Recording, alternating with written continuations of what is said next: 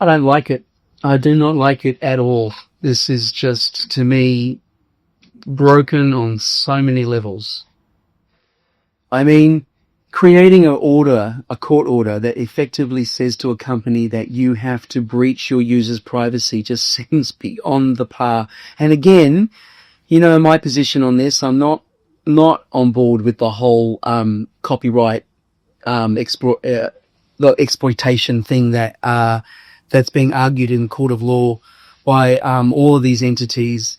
I'm more on the side of this actually falls into fair use, and I'm all on board for the idea of moving to case law that finally gives fair use some teeth and finally gives fair use a structured understanding instead of this sort of general sense of ideas about what fair use is.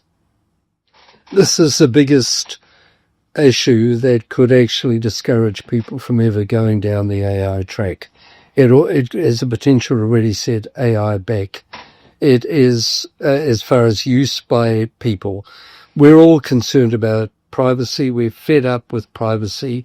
More and more we're being tracked. More and more we're suddenly finding that things we say, things we search for are being captured and being thrown back at us, trying to sell stuff and all the rest of it.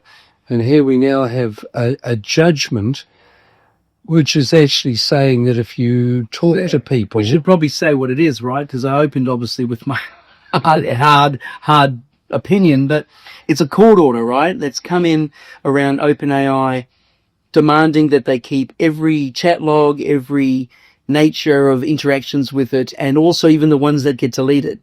That's even the worst thing, absolutely.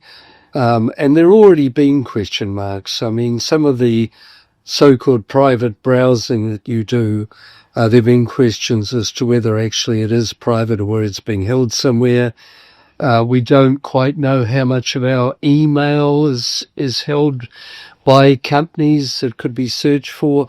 I mean, the problem is we're now at an age where we just had no idea about all our personal stuff, be it searching or be it emails or whatever it is. We don't quite know who actually has the ability to be able to look at it. And no, we don't. You're right. But here's where I think it's a little bit different. I mean, you're absolutely right that there is this sort of a labyrinthine sort of nature to what your privacy is inside sort of these organizations like Google and Facebook, etc. But they do have at least these policies. And here's the thing they do at least try and sort of indicate is that, sure, they get all these records on us, but they're still kind of siloed or firewalled into the nature of the privacy where, you really can't get the access against it. The problem I have with this court order is it is a blanket statement to everyone who uses OpenAI, and we don't know who's going to see it. Like, this isn't like just a police investigation or some sort of, national government level investigation. This is just a civil suit.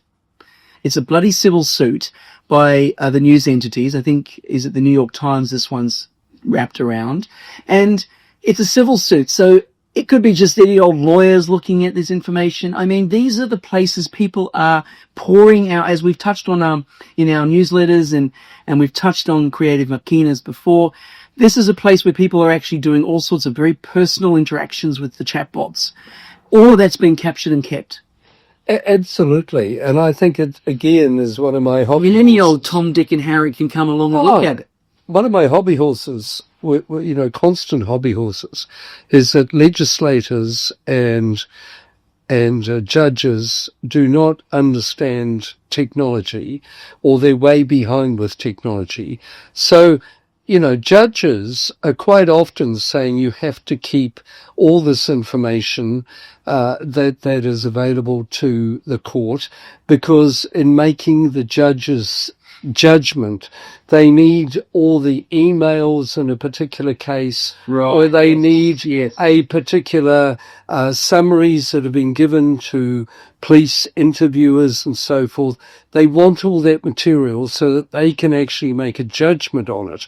What they don't understand here is that they're messing with personal, very personal data. There's another issue that I also bring up and align with this, which is that I'm also very angry that Amazon, bless them, has now decided that all the stuff that you say to Alexa is being kept at their end. And there have already been leaks which have indicated that some of the stuff, every now and again, Amazon say, oh, we're going to test the system, so we'll tune in to what Justin is asking Alexa.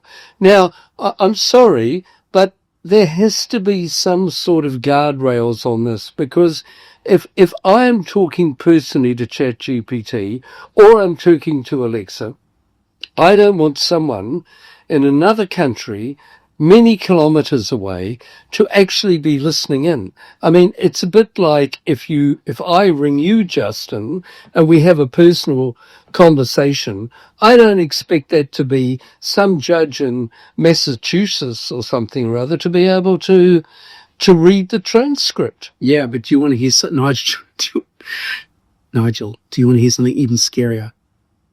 Oh, please, no. Yeah, seriously, here's the thing, right? This is the wider picture. It's, moving beyond just this incident with OpenAI and the New York Times demanding that as part of their suit, that all this information is kept. Let's just pick up your point. Amazon's now doing it. We know Facebook has, some huge $50,000, some 50,000 plus data points. Google often flies under the radar here, but they know everything about you, basically, if you're in their ecosystem. But that's not the scary part, nor the news, because we've known this for a while. Here's the shift. Now, AI, super, super talented at taking big data and processing that into useful informational spaces. Well, now, all of this information on us that is across all these different spaces, imagine an AI that could get in there through hacking or through whatever sophisticated means, gets access to this information, but can now process this information in real time, or basically in generative way, into these huge dossiers that suddenly give this huge dossier information on you. Governments, bad actors, what are they called? The other one, foreign hostile states. I mean, you know what I'm saying though? Suddenly, what concerns me is that AI becomes this interface layer to our huge data sets, an interface layer that creates meaningful context to our most intimateness of ourselves, probably even stuff we don't even know about ourselves or we don't think anyone knows. It becomes this interface if that information is able to be hacked together or accessed by AI material spaces, basically.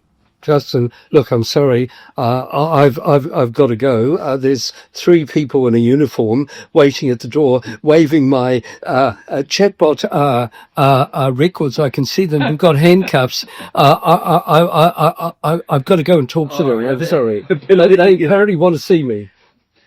Well, I don't know what happened to Nigel. He's gone off to talk to the 3 people, but yeah, this is the worry, hey? Could be you, could be us next.